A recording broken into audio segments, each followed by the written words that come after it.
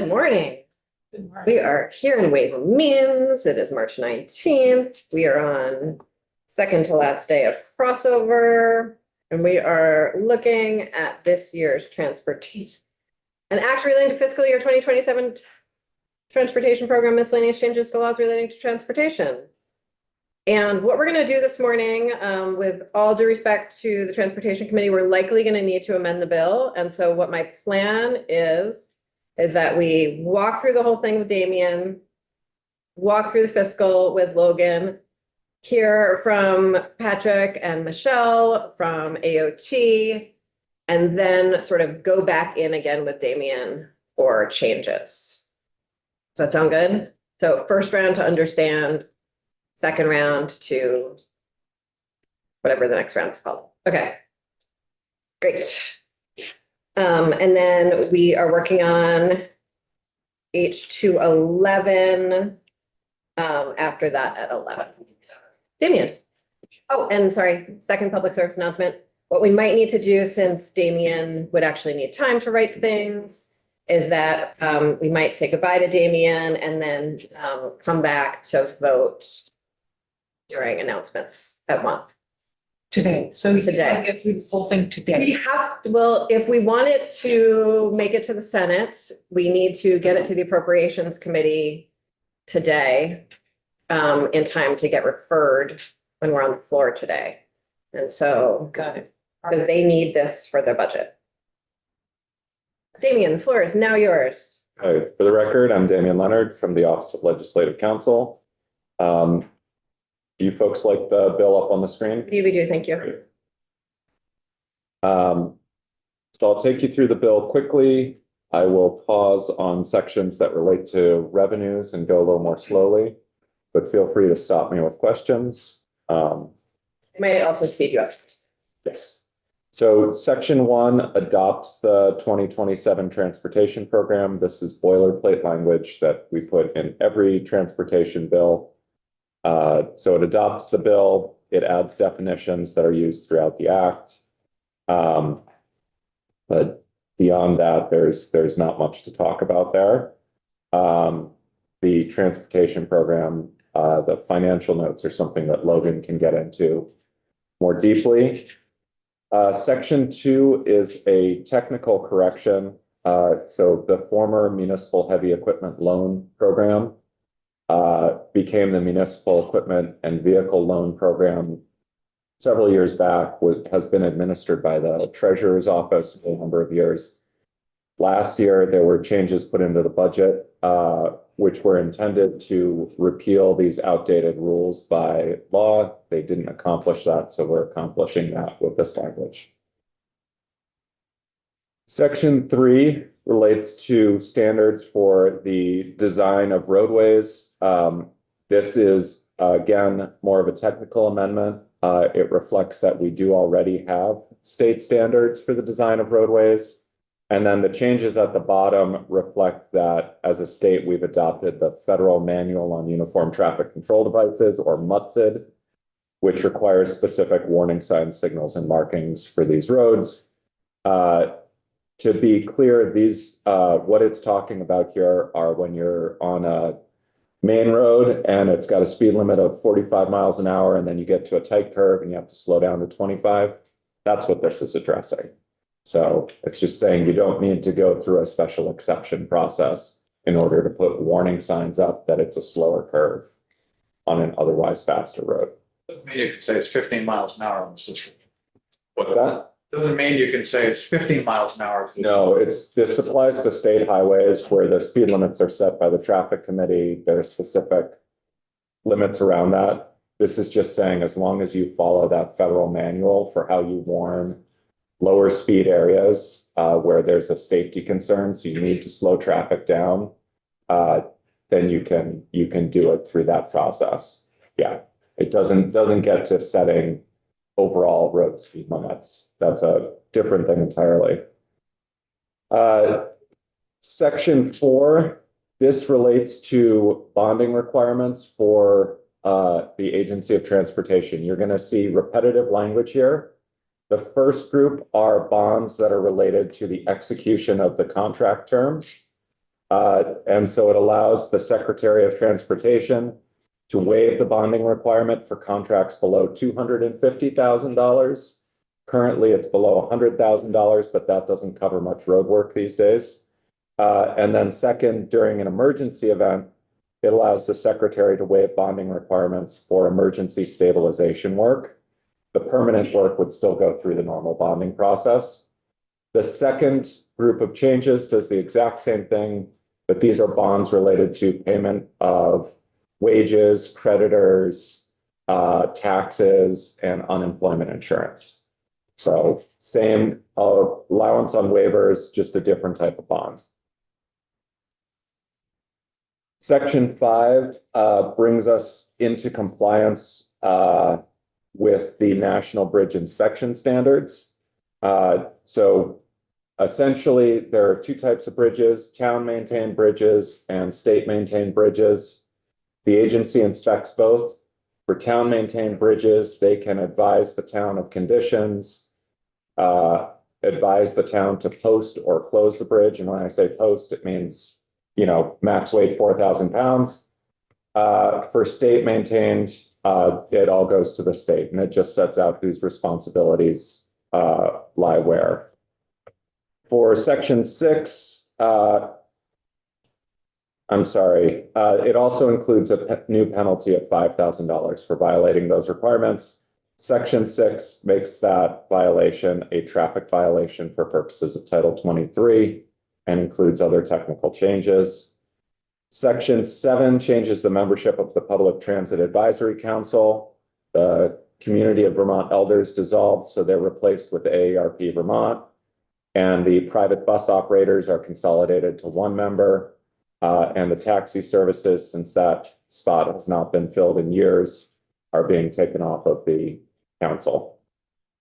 For Green Mountain Transit in Section 8, this allows Green Mountain Transit to propose a budget that includes voluntary local contributions, grants, donations, and other non-assessment revenues, and provides that that won't affect member assistance. So essentially allows them to build their budget with non-assessment revenues and to seek those revenues. Section 9 extends public-private partnership authority for the Agency of Transportation for another 3 years. There's apparently another project that they're considering undertaking, and this would give them the authority to pursue that. Section 10 limits the appeals for what are called Section 1111 permits. These are permits for driveways, signs that are in the road right-of-way, drainage that's in the road right-of-way, et cetera, to just the applicant or permittee. What the agency has seen in recent years is that this is becoming another battleground for a zoning dispute. And so if the zoning dispute isn't going well, you'll appeal this 1111 permit. They want to focus it on the actual issue at stake, the driveway or the sign, rather than the ongoing zoning dispute. Section 11 is the Transportation Alternatives Grant Program. This does a couple of things. It increases the maximum grant amount to $600,000 on an ongoing basis. And currently there's a set aside of 50% for stormwater and other environmental mitigation projects like salt sheds. This takes away the set aside, but continues to allow the money to be used for those purposes. And then in Section 12, on a 1-year basis, in order to get some of the federal monies out the door, they're increasing the maximum grant amount to $1.2 million. Section 13 requires ongoing work on studies from the 2025 T-bill that the committee wanted to see more done around that work. And also getting to Representative Kimball's question earlier, asks for a look at statutes related to setting speed limits and trying to simplify and clarify those. There are currently 6 different ways that you can set a speed limit in a municipality depending on your situation. And then this directs recommendations for legislative action next January. Section 14, and I'm going to slow down here because this relates to revenues. This is the pilot special fund. this would allow pilot special fund monies to be revenues above a certain point to be directed to the state general state highway state aid for town highways program. And what it provides is that if the local option tax revenues in a given fiscal year exceed the full amount of the pilot payments, the grand list stabilization payments, the payments to correctional facilities that are made under the pilot program, and then amounts appropriated to the Department of Taxes for expenses related to grand list and appraisal assistance.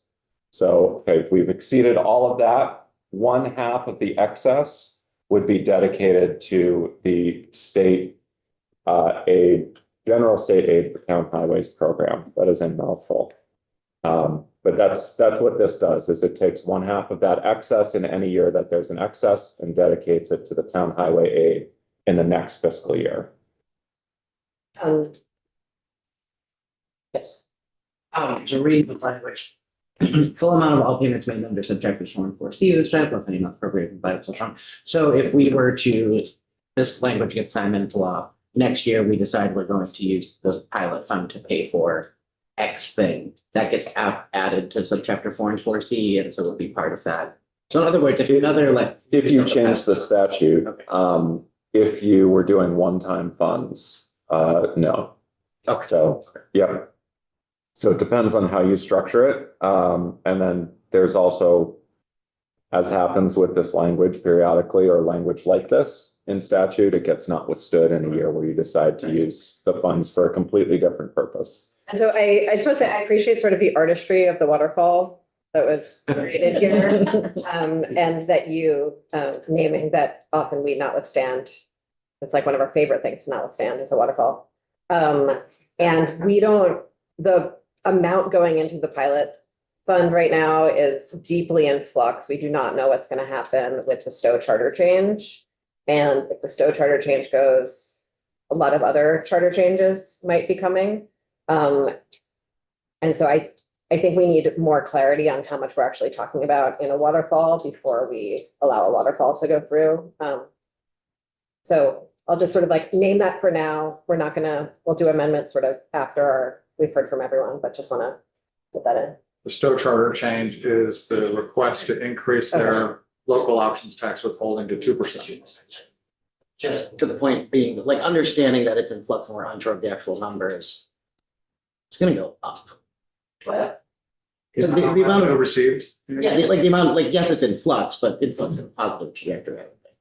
yes, just we don't know how much we're talking about and if it is enough to add all of these extra mechanics and funds. Yes, Representative Brady. Well, when I first heard about this change, the understanding was this would be for the communities in which the local option tax object was located. You know, for whatever we were able to collect a local option tax on, that would go back to benefit that singular town, but that's not correct. Yeah, that is not how this. I think that was another idea that was floating through the ether. Okay, There have been a number of different local option tax proposals this year. One of them involved directing money back to the community in which it was enacted, similar to the current local option taxes. This particular one doesn't change the current local option tax structure. Simply says we're going to take any excess revenues, Okay. and half of those would be scooped and sent over to the transportation fund for this other purpose. And it would be distributed to all towns based on a formula. And we'll hear more from Logan about like what that actually might look like. So thank you. Section 15 essentially just sets up the language to receive those funds from the pilot special fund and ensures that depending on fluctuations in the local option tax, it won't affect the base appropriation for general state aid for town highways, which is tied to an inflator. So it can't go down, but can go up as costs go up. And so that way, if you had a recession and local option tax dropped, it wouldn't suddenly force the transportation fund to draw from other places to fill that amount. So it allows the local option tax revenues to fluctuate. But again, you can discuss more with Logan, but this basically just separates out two different streams that go into the overall appropriation for town highway grants. Okay. The next section is an appropriation to continue work with Drive Electric Vermont. It's set at $192,000 in this proposal. After that, in section 17, there's an extension, or I'm sorry, a change in the language around the authorization to sell the Caledonia County State Airport. It removes language requiring the agency to ensure that the airport continues to be identified as a public use airport in the National Integrated Airport System, because there were questions that came up from the FAA about how they could guarantee that. And so rather than causing a hang up there in the sale, which they do have a potential buyer and they're working through that, this has been taken out. And then in Section 9, the sunset on that authority is extended from this May to November 1 of 2027 to allow them to finish up that process. And that brings us to the mileage-based user fee, where I'll go more slowly again. So this would establish a new user fee that's assessed on the miles traveled by a battery electric vehicle. So this is a pure electric vehicle, not a plug-in hybrid, not a mild hybrid.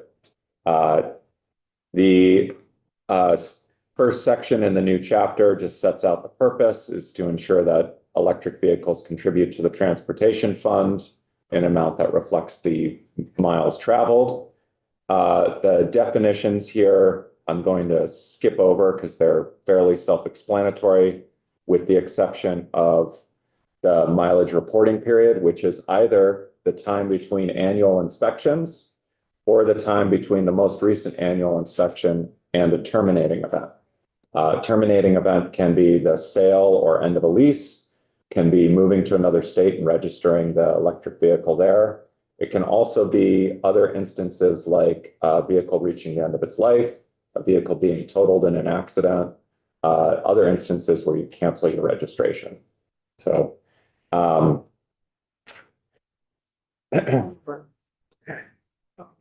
How do you describe the vehicle reaching the end of its life? if it's taken off the highway, Okay, so salvage yard or something. salvage yard, it could also include the vehicle just having its highway registration canceled. It's no Okay. longer going to be used on the highway. Thank you. So, and in some instances, it could be a temporary termination of registration and then later renewed. So, Okay.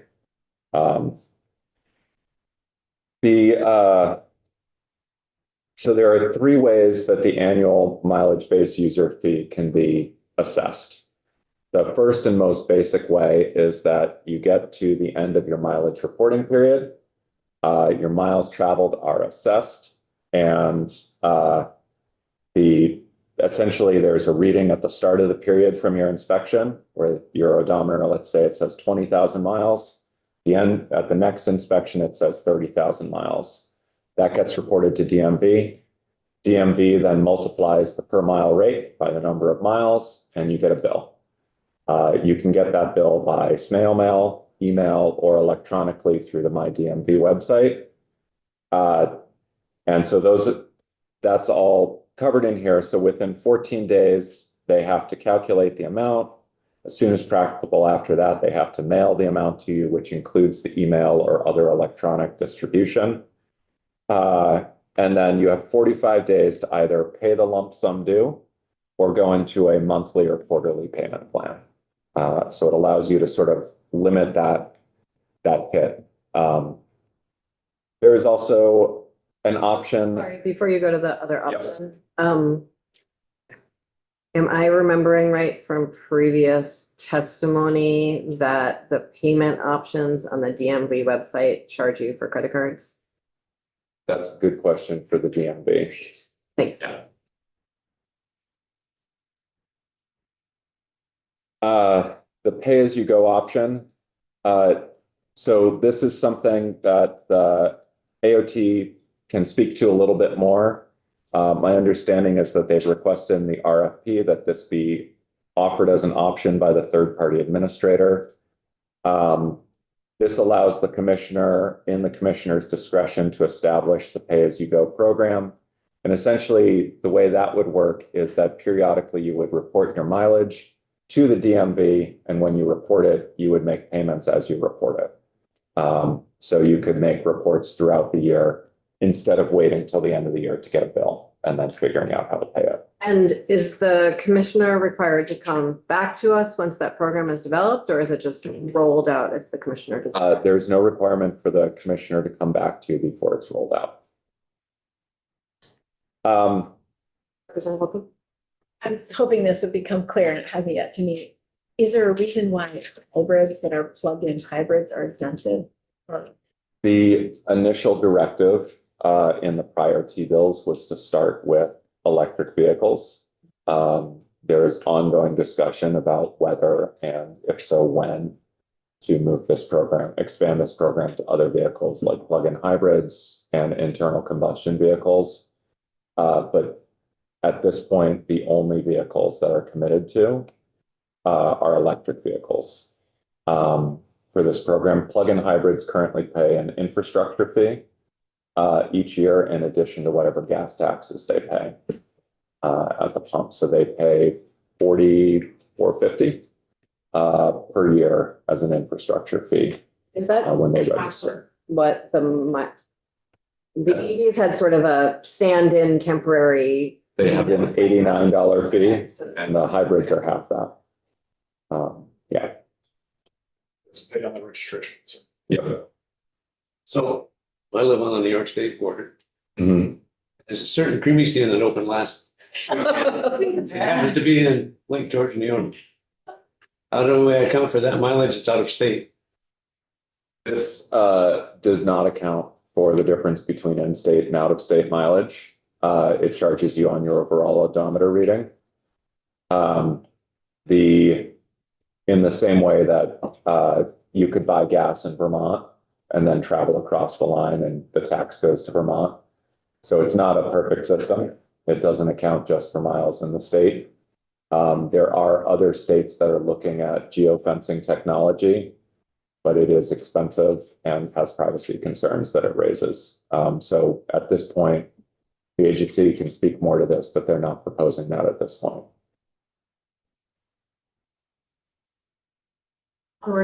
Okay.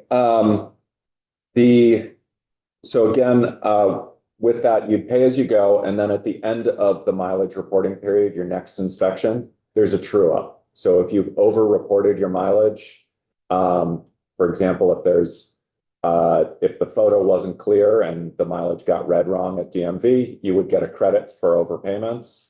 If you've under-reported, which is more likely because you'll probably have traveled miles since your last report, you get a bill for whatever the balance of the miles are at the end of the pay-as-you-go period. Since this program hasn't been developed yet, I'm confused about why there's so much language about the program that's the pay-as-you-go part. Yeah, we drafted the language based on what was explained to me. Okay, I know that it's not you that did that, sorry. Well, no, yeah, I drafted the language based on what was explained to me. You could speak to the agency a little bit more later about this, but my effort here was to reflect what had been explained about the intended program. Is any part of it modeled after other states who have implemented the same thing in terms of the actual language? No, I did not model the language on other states. There is a limited amount of language out there in other states, and it varies greatly from directing just a few sentences, directing an agency to come up with rules and procedures to more in-depth programs. And right now, it's Oregon, Virginia, Utah and Hawaii that have pilot programs going, and they're all slightly different. I might have missed one, but everybody's slightly different, and it's just a fairly new system. So there wasn't a lot to model on here.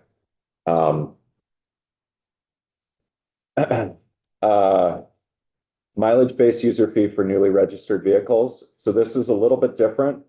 Essentially, when you first register your EV, you'll pay an estimated mileage-based user fee. The current estimate is directed at the average annual miles traveled by a pleasure car in Vermont, multiplied by the mileage fee. So that's roughly 11,000 miles and works out to about $154 a year. Then at the end of your first mileage reporting period, you would then true up and either get a credit for overpayment that would be applied to future payments or pay the additional balance due. And you can pay that 154 the same way as you can the lump sum or in monthly or quarterly payments. So it allows folks, when they're newly registering an electric vehicle in the state, to elect to space their payments out or just pay everything all at once.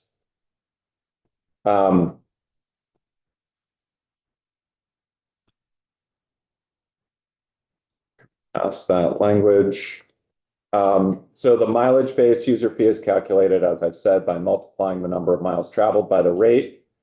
The mileage is calculated as the mileage at the start of the period, or the mileage at the end of the period minus the mileage at the start of the period. So pretty straightforward.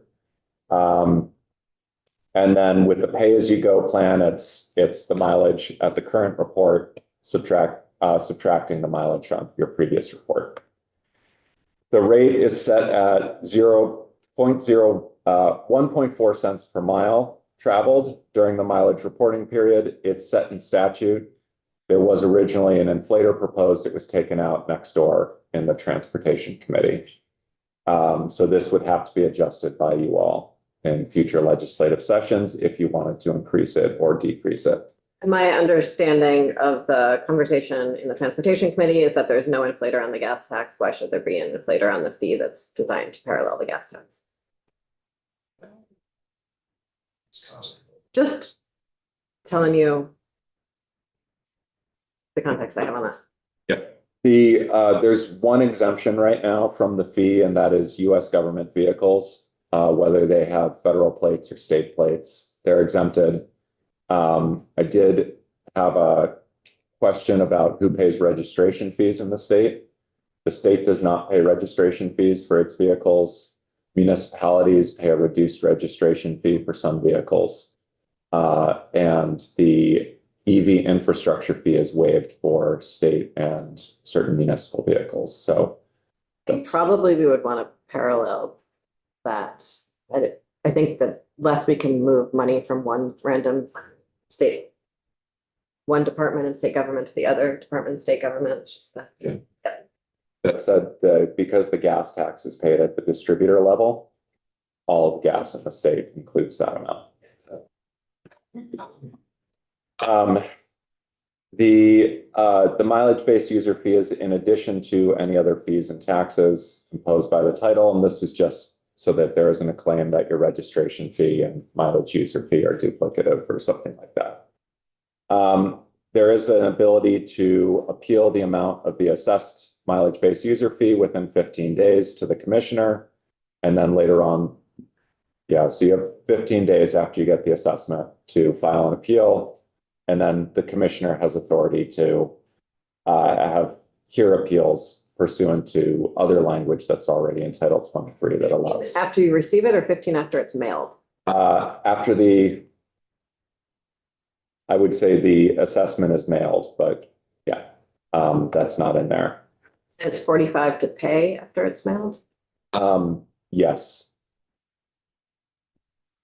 Yep. That seems hugely problematic, given the state of mail delivery in my area.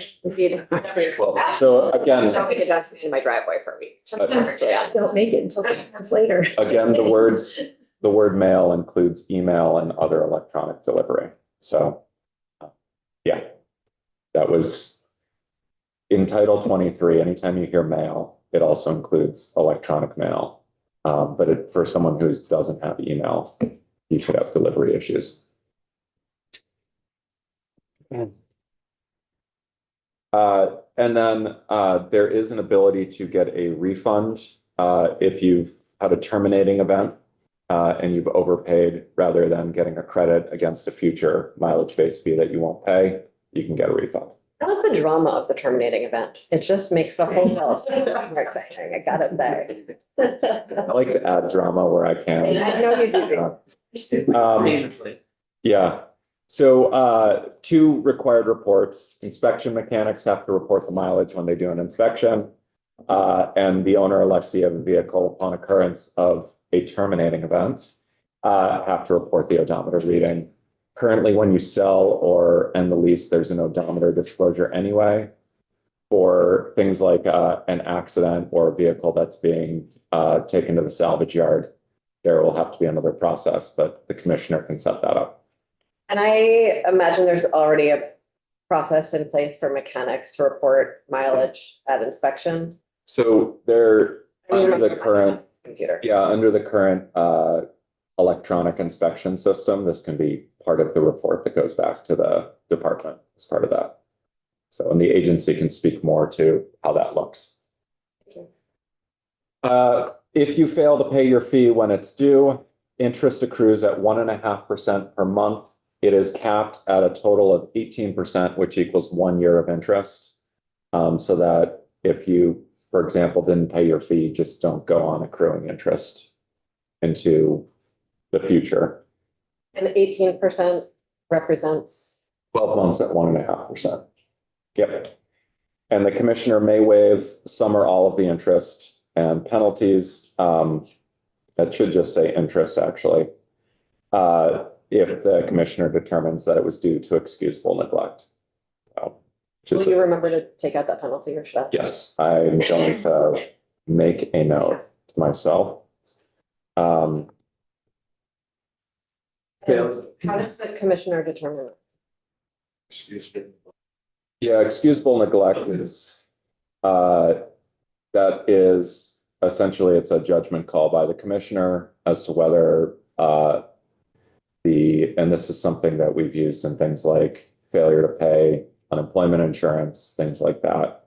Was there an event that occurred which is excusable rather than sort of intentional neglect of your responsibilities? Was it due to, for example, mail being misdelivered, an oversight, failure of a bank payment to go through correctly, something like that, versus intentional, just I'm not going to pay that. Same process for someone to request that as the other appeal? Is it all the same appeal? That's a good point. There is not a laid out administrative process. No, it's a good question. I'm sorry. It's not, there isn't an administrative process laid out. So that could be added. No.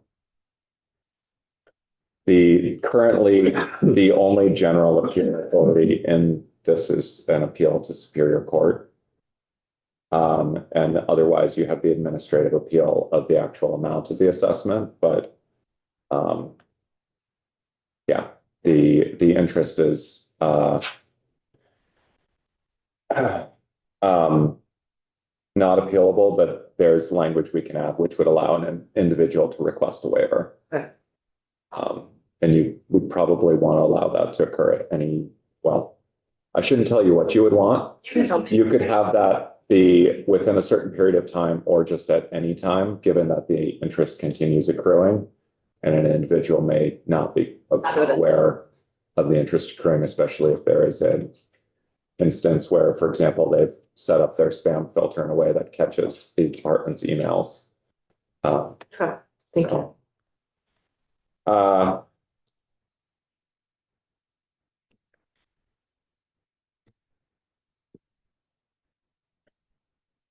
Great.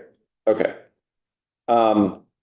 The failure to file a report. So if you've intentionally not filed a report within a reasonable period of time after the report or inspection is due, reasonable period of time is up to the commissioner. currently for things like paying your registration fees or licensing fees. If you bounce a check, they give 30 days for you to make good on the amount due before they suspend your license. This allows them to set up some reasonable time like that. You would be assessed at the 98th percentile of the miles traveled by electric vehicles, which is estimated to work out to about $375 for your fee. How long is that suspension? The suspension, which we'll get to in a moment, is until you pay the amount due. Yeah. So to reinstate your license, if you've bounced a check, you need to pay the license fee. To reinstate your registration, if you've bounced the check for your registration, you need to pay the registration fee and infrastructure fee, or if that's due. In this case, this is also going to require that you're currently up to date on any infrastructure fee or MBUF fees, mileage-based user fee payments that are due when you go to renew your registration. And if you're not up to date, you can come up to date and then renew. But do you know where the 98th percentile came from? That was proposed by the agency. They can speak to that more. Just to understand the math, take the 98th percentile, which is across all electric vehicles that have gone through the process of keeping up with their filings, right? And then multiplying that mileage times the rate of 0.014, whatever it was, cents per mile, and that comes up with, you said 300 I believe the estimate is $375 roughly. for a regular annual fee. Well, yeah, and that's if you don't, if you fail to either file your terminating event mileage report, or if you fail to have your car inspected within a reasonable time after the inspection is due. So this is encouragement to get your car inspected on time. Might be one way to characterize it anyway. It's, yeah.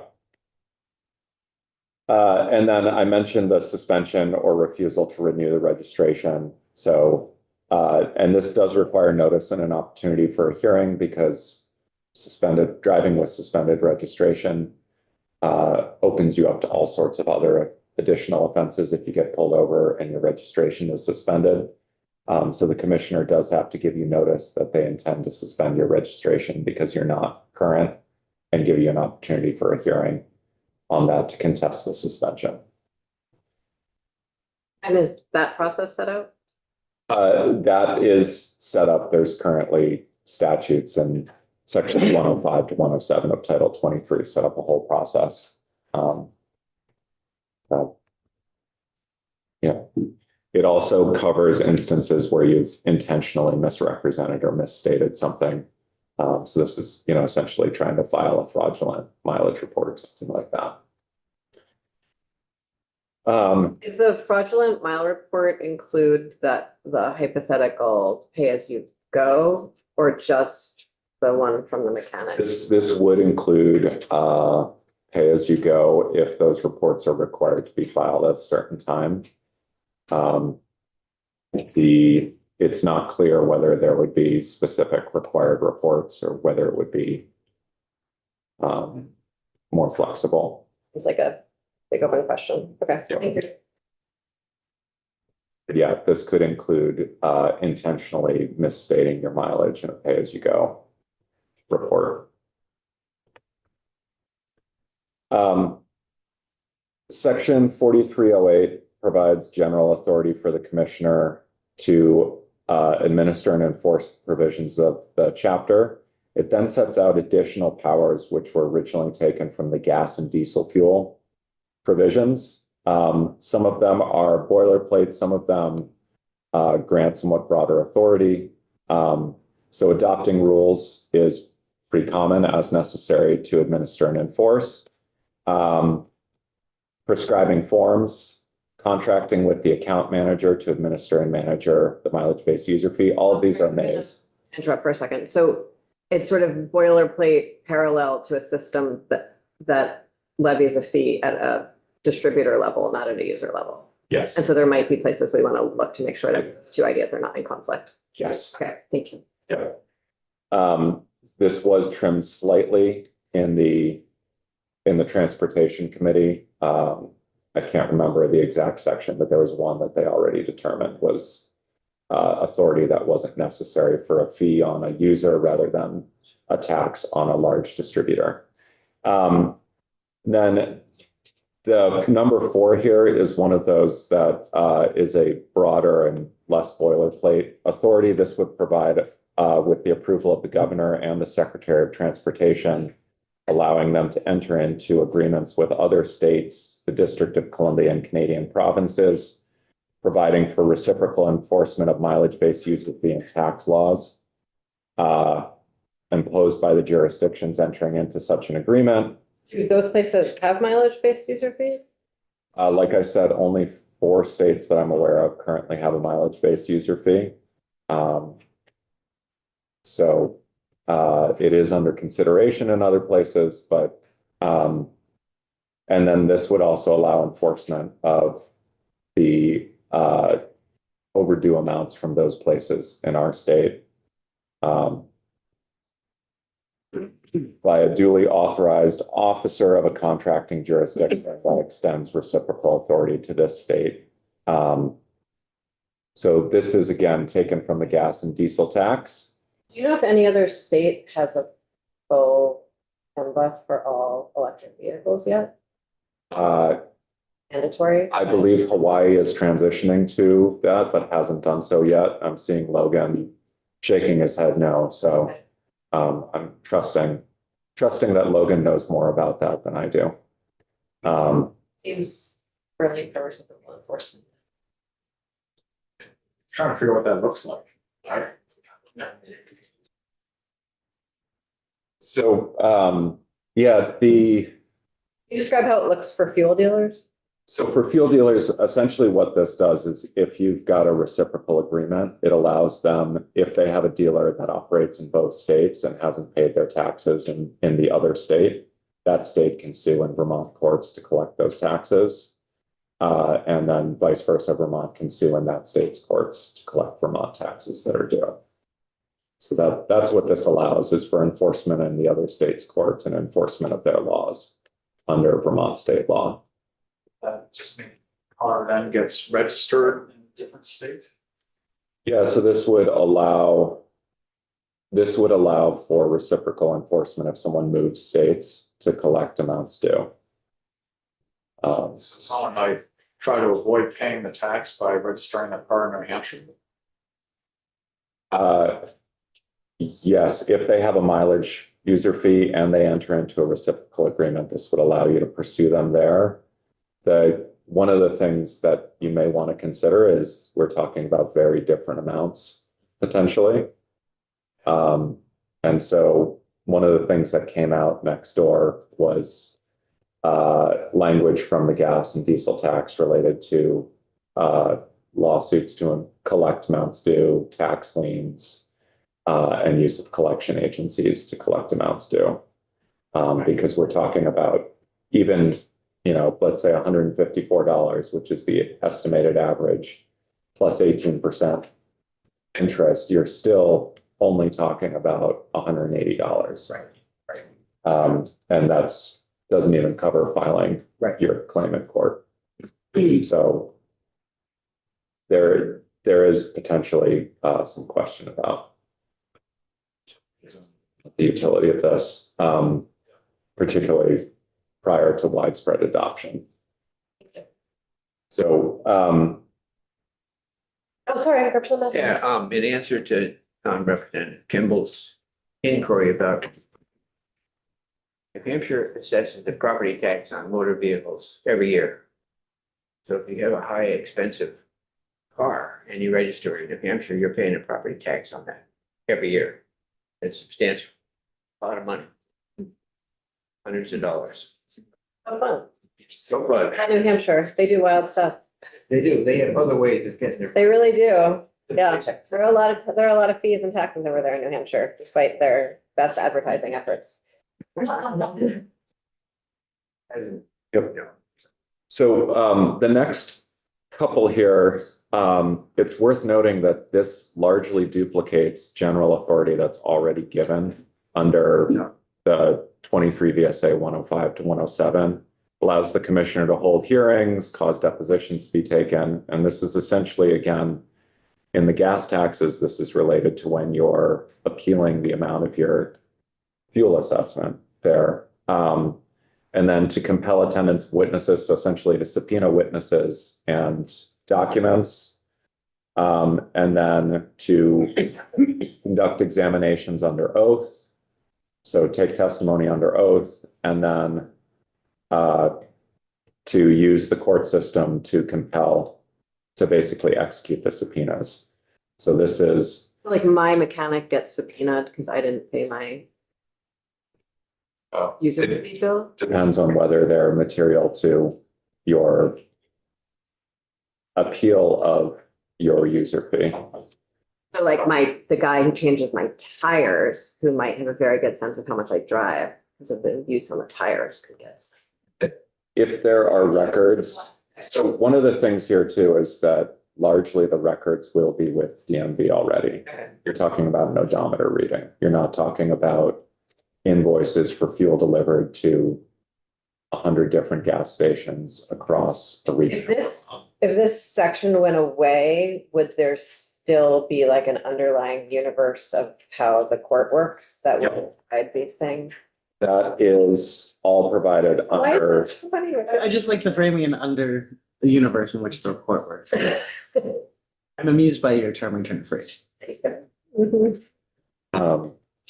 I'm resisting Thank you. the urge to play along here. So already Thank you. one of, You're not sharing anymore, right? yes, I do. I'm just pulling up some statutes here. Already, Title 23, Section 105 provides in the administration of laws relating to motor vehicles and to the operators in operation, the commissioner may conduct hearings, subpoena witnesses, administer oaths, and take testimony. Commissioner may also cause depositions to be taken and order the production of books, papers, and records relating to any matter under investigation. It's all already there. So you could take that away, and this is all covered already under 105 through 107. 106 sets forward procedures on hearings. 107 requires minimum notice before a hearing is held. Just curious, at the top of the section, why you require approval from both the governor and the secretary, since the secretary works for the governor. That language was copied from the gas and diesel tax. So I don't know what the original intent was there, but that was taken directly from that and lifted with the words mileage-based user fee added to the language. So, And Mike, can you say why the committee felt like they had to repeat this language in terms of the court action? so when we were doing the initial draft of this, this language was recommended in the initial draft from the agency's counsel, and I kept it in. And then it just wasn't taken out next door. We didn't have a chance to discuss 105 to 107 closely, and it doesn't, the language is largely repetitive, so it doesn't change or limit anything, and it's generally boilerplate. And it, yeah. Yeah. It's section 4309 allows an appeal. Oh, I'm sorry, I gotta pull it back up and technical difficulties, mostly related to sleepiness, so. The notice of appeal here allows any individual to appeal. Again, this is duplicative of language that already exists in, I believe, earlier, but yeah, and person aggrieved by a decision would have the right to appeal. The difference in the language here is that it's any final decision of the commissioner. The language in 105 is any decision on a hearing. So you may want to keep this here. And then this is the exclusive revenue available to an individual. This again was taken directly from the gas and diesel taxes. Section 20 updates the infrastructure fees. Last year, we already added the repeal of the EV infrastructure fee upon the effective date of the mileage-based user fee. This changes the name from EV infrastructure fee to just infrastructure fee, since it won't apply to EVs anymore. And it also removes the allocation of those amounts. It would now have them just generally go into the transportation fund for use for transportation purposes, rather than being designated for the ACCD's program to increase level 1 and level 2 chargers at multifamily residences and workplaces. Section 21 sets out a transition for. I'm worried I'm gonna forget to ask you how that program and or fund is gonna do, so if you can just remember that I asked you that, thanks. I'm also tired. Back to you, Damien, sorry. Yep, no problem. So section 21 sets out the transition for the mileage-based user fee. This omits one thing that came to our attention overnight as we've continued going back and forth between Logan, Chris, and I, and the agency have continued going back and forth on details of the bill. What this covers is for electric vehicles that are registered in the state prior to the start of the mileage-based user fee program. Your initial mileage reporting period would start with your first annual inspection. This covers the vehicles whose initial mileage reporting period occurs before they renew their inspection. They would get a credit for the $89 infrastructure fee that they've already paid in that registration year towards the amount of their initial fee. What I omitted here is what happens for vehicles whose registration renews before they start their initial mileage reporting period. And the proposal from the agency there is like a newly registered vehicle. They pay an estimated amount upfront and then true up at the end of the mileage reporting period. So it's not in here. So I think I'm confused about how this works then.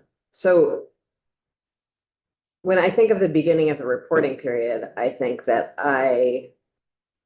if I get an inspection after January 1st, I don't pay anything at the point of that inspection. It's my next inspection that I pay for the first time. And that is how the agency is proposing it would work if your inspection is before you renew your registration. If it's after, they're proposing that you would pay an estimated amount up front and then true up at the end. Rather than sort of like having a 12, 14. Right. And that is a policy choice for all of you. This reflects a lot of the agency's proposals. And one of them is that for new vehicles and for vehicles who renew their registration before their mileage reporting period starts, so they wouldn't have paid an infrastructure fee at that point, that in both of those instances, they pay an estimated fee up front for the miles they will be driving during that year.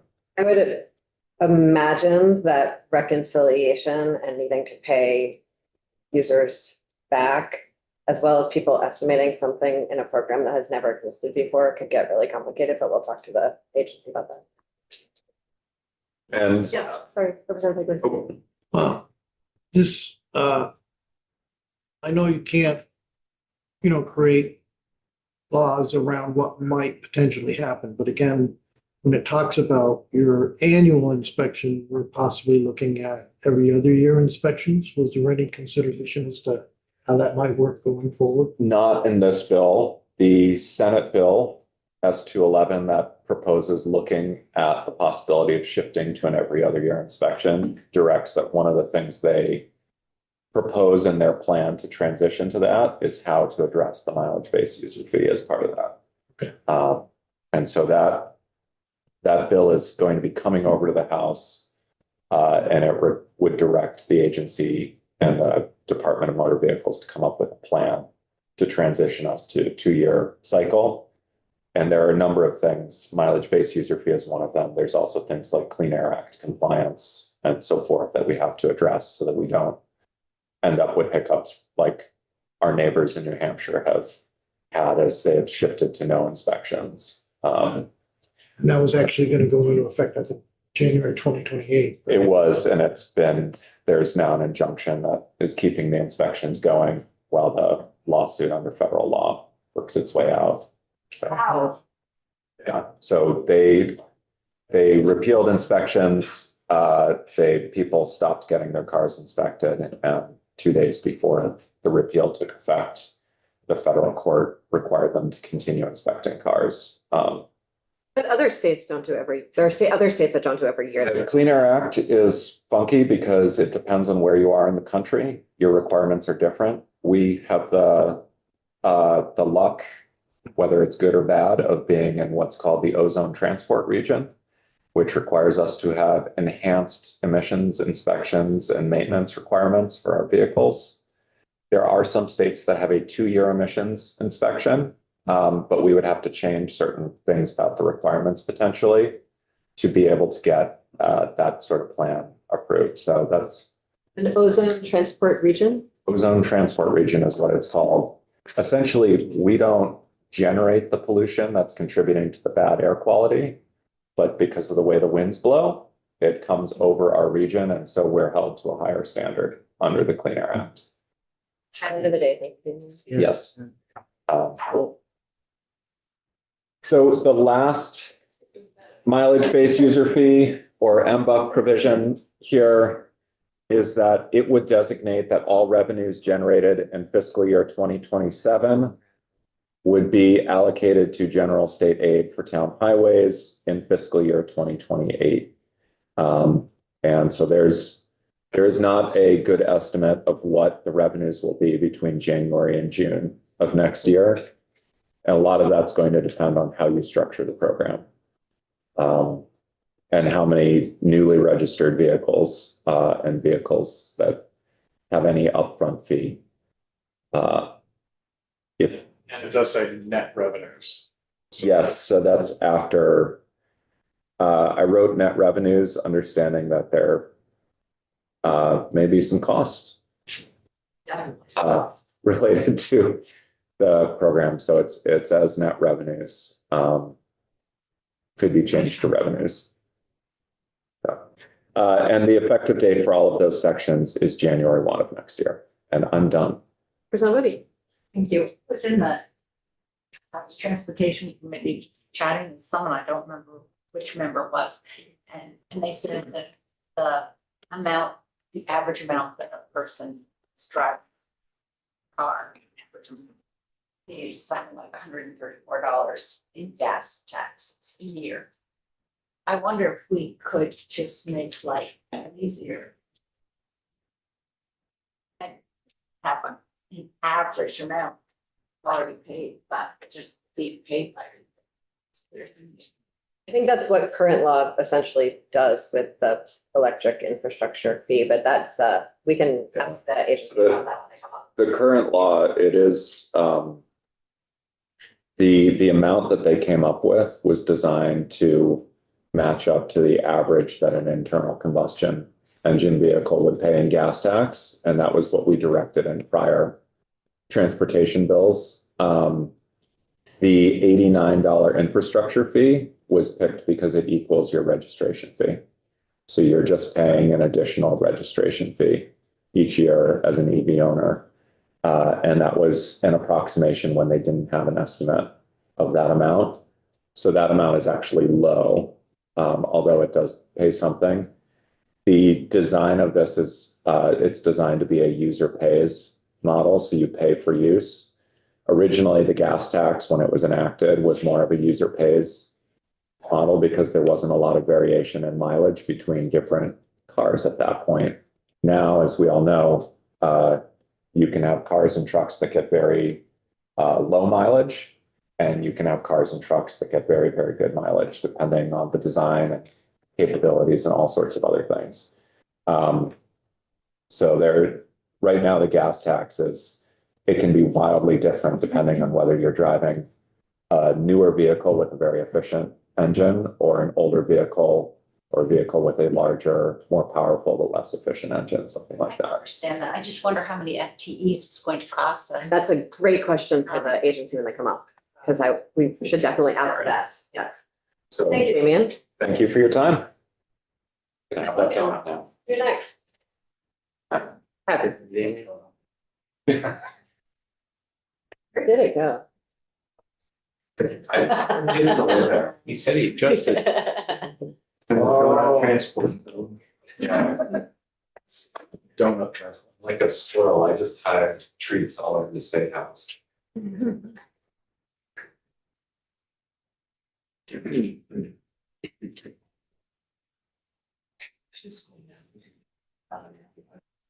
Hey, good morning. For the record, Logan Newberry with the Joint Fiscal Office. I have for you a draft version I feel. of my fiscal notes. I've never seen that little box and I love it. Sample quote, yes. Yes. Something will be there eventually. I didn't have time to get to it. Did you read these? Oh, that's awesome. This has been a great one. So this is essentially what the note will be. I will tidy it up and clean up. At the end of the day. That you're willing to share a draft with us. Thank you.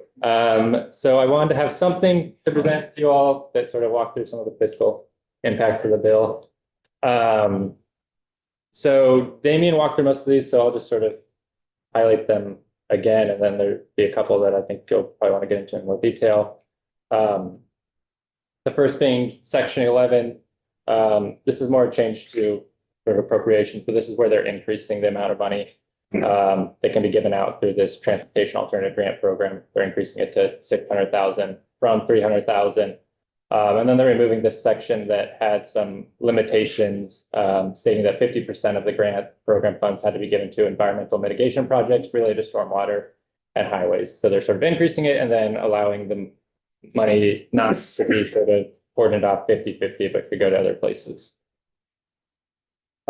Section 12 related to the same program. They're just allowing for that in fiscal year 27. That program can give out grant awards up to $1.2 million. That authority would then revert back to the 600,000 that we just mentioned in FY 28. But there was a desire to get out the funds that they currently have in the program, and the agency spoke about how there was sort of an inability to spend all the money that we currently had. And so by giving them the 1-year authority to spend this additional money, they could get it out for more projects. Representative Holcomb. So what they did is they increased the amount of money that could be given per project, but not the number of projects. Correct. So they didn't specify the amount of projects that are going out, but they just increased the amount that can go out per project. And this doesn't change the amount of money that was appropriated to this program, just how much can be given out per grant. And what was the logic for reverting in 1 year? Is there a specific project that's before them that they want to fund? That's a great question, maybe for the agency.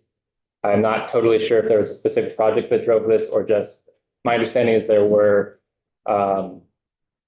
funds in this program that they wanted to get out quicker than they had previously been getting them out.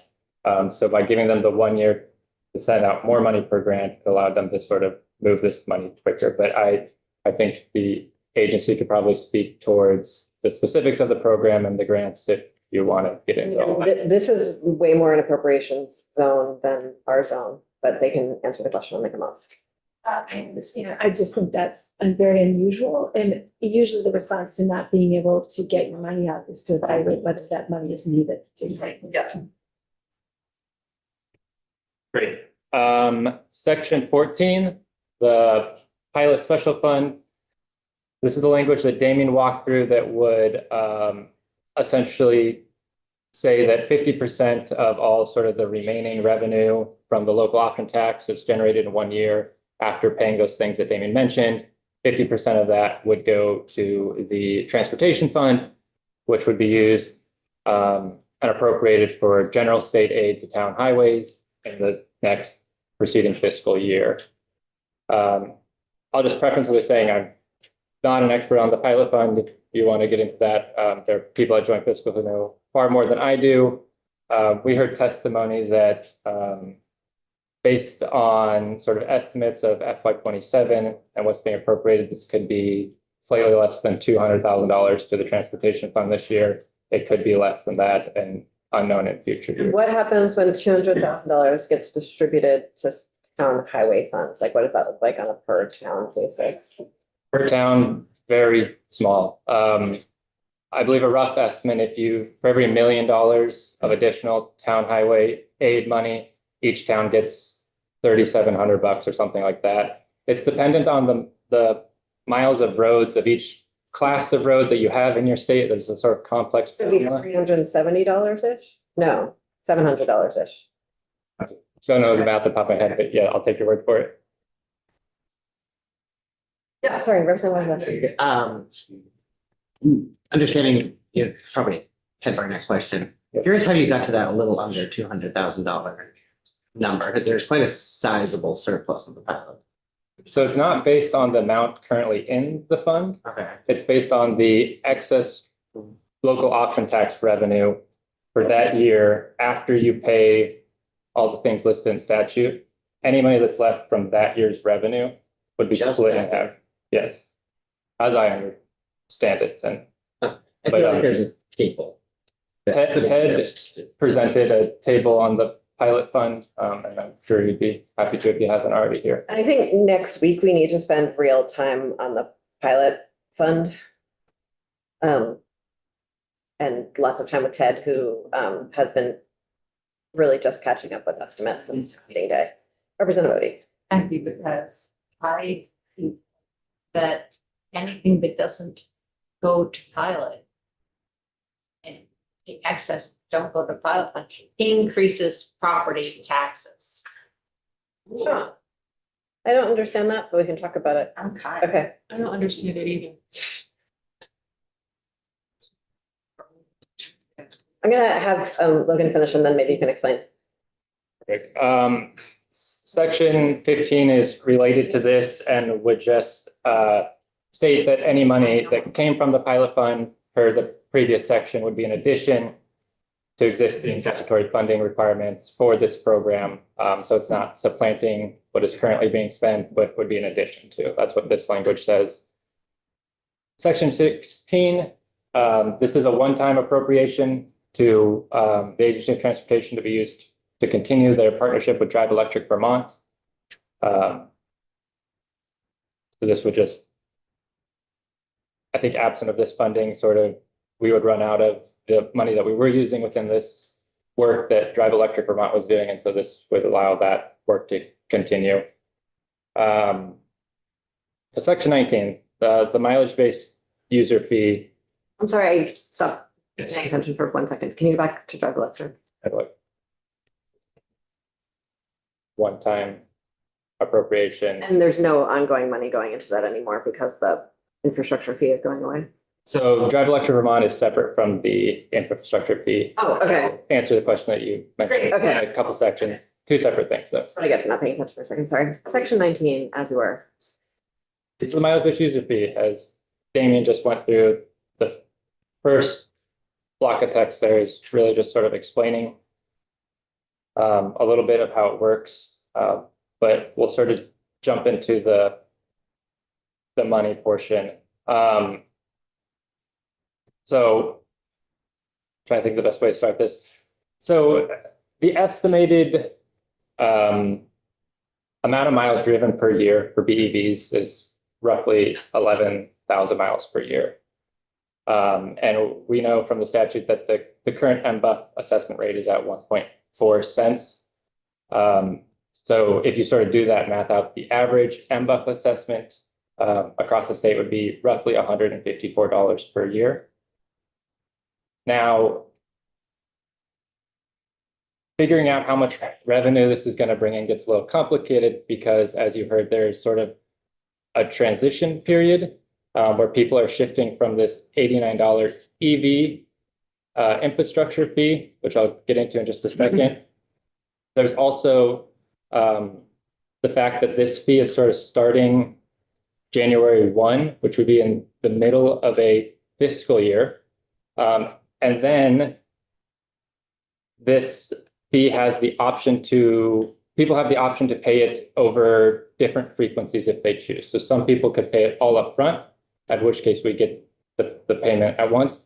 You could pay it quarterly, so you'd get $154 on average broken out 4 times throughout a calendar year, or monthly, so $154 paid $13 every month. So being able to say this amount of revenue will come into the state in the first 6 months is very hard because we don't know what payment frequencies people are going to choose.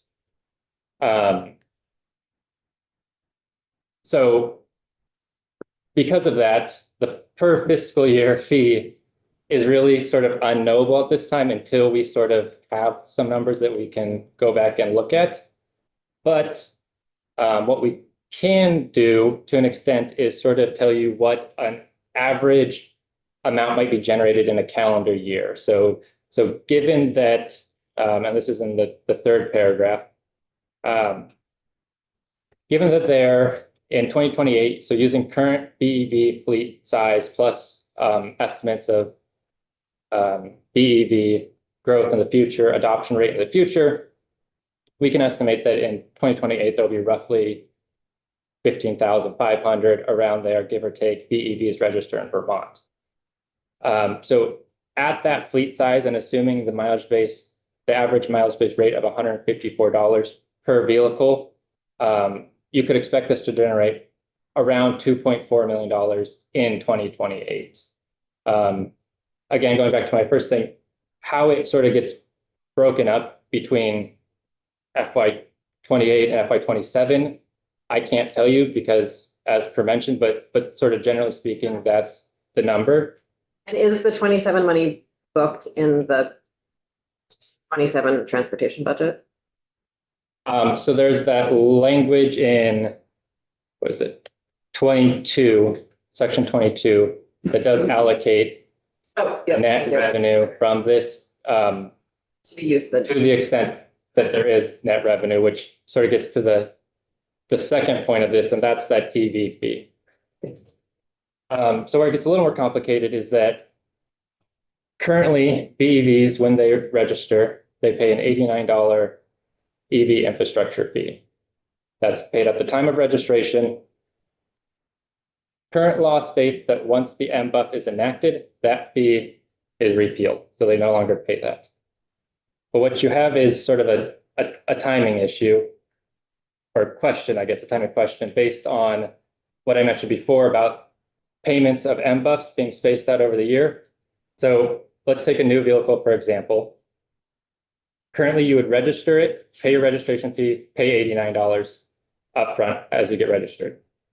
Switch to the MBUF, you're going to register your vehicle and you'll be assessed a fee of $154, which you can then choose to either pay upfront or pay quarterly or pay $13 a month for 12 months.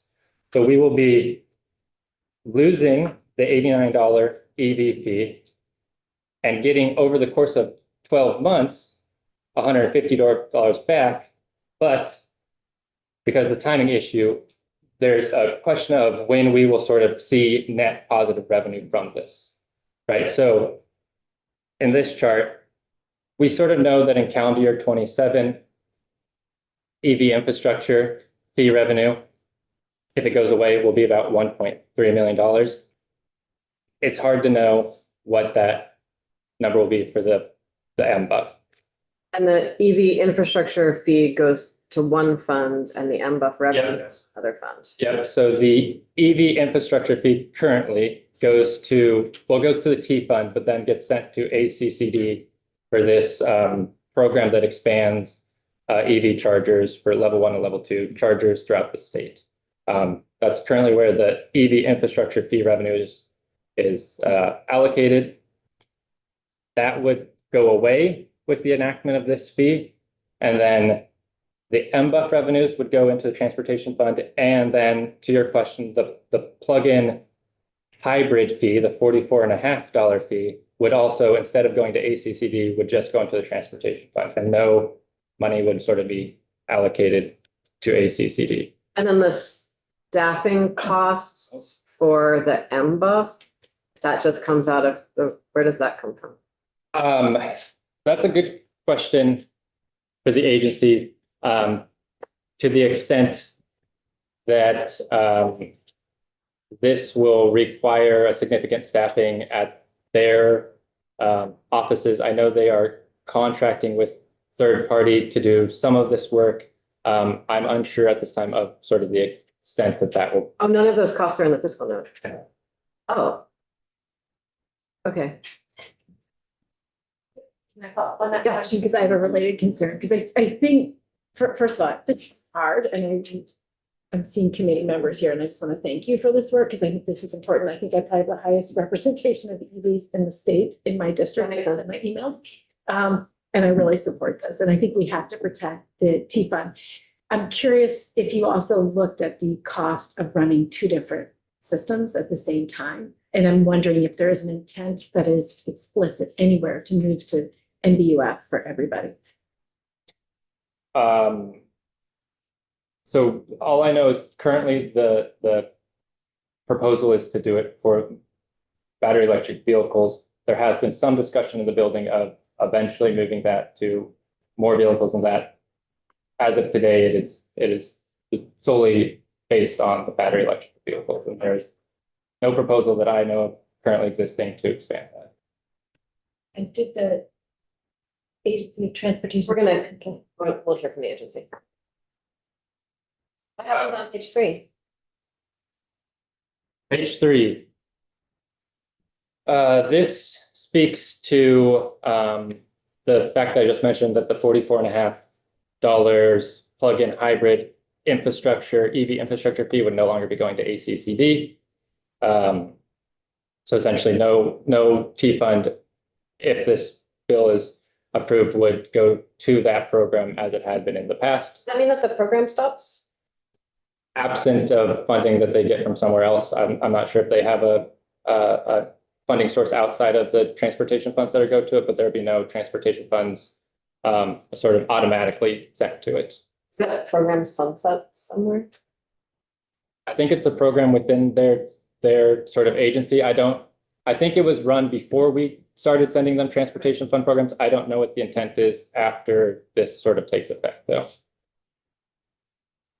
And then section 22 is the last section, which states that the net revenues generated from this fee would go to monies allocated to town highway aid or state aid for town highways. What's the total amount? Revenue generated, or I can't tell you. Unknown based on timing unknowns, essentially. That's what they have. Estimated this. My rough estimate is that in calendar year 28, you could see around $2.4 million. That is based on the number of expected EVs in the state, paying an average of $154 in an MBUF. But I guess I'm just talking about the EV infrastructure fee. Oh, the EV infrastructure Right, fee. because you have the $44.50 for the hybrid electric vehicles. Yep. Plug-in hybrids. Yeah. And that would go to, even though they're not paying a mileage-based user fee in this bill? That would just go into the T-Fund after this bill passes, Okay. to be used for general, whatever T-Fund appropriations. So a full battery electric vehicle, that's $89 even? Currently, yes. It says it there. But, all right. So the section 20 is Biannual. the section 20 is only related to the plug-in hybrid infrastructure fee. So those numbers there just represent that fee. Elsewhere in statute, but not specifically in this bill, is the sort of sunset of the BEV infrastructure fee, or the battery electric vehicle infrastructure fee. So two separate things. Thank you. Clear as mud? Any other questions for Logan right now? Thank you. We're gonna take a 5-minute break before we hear from the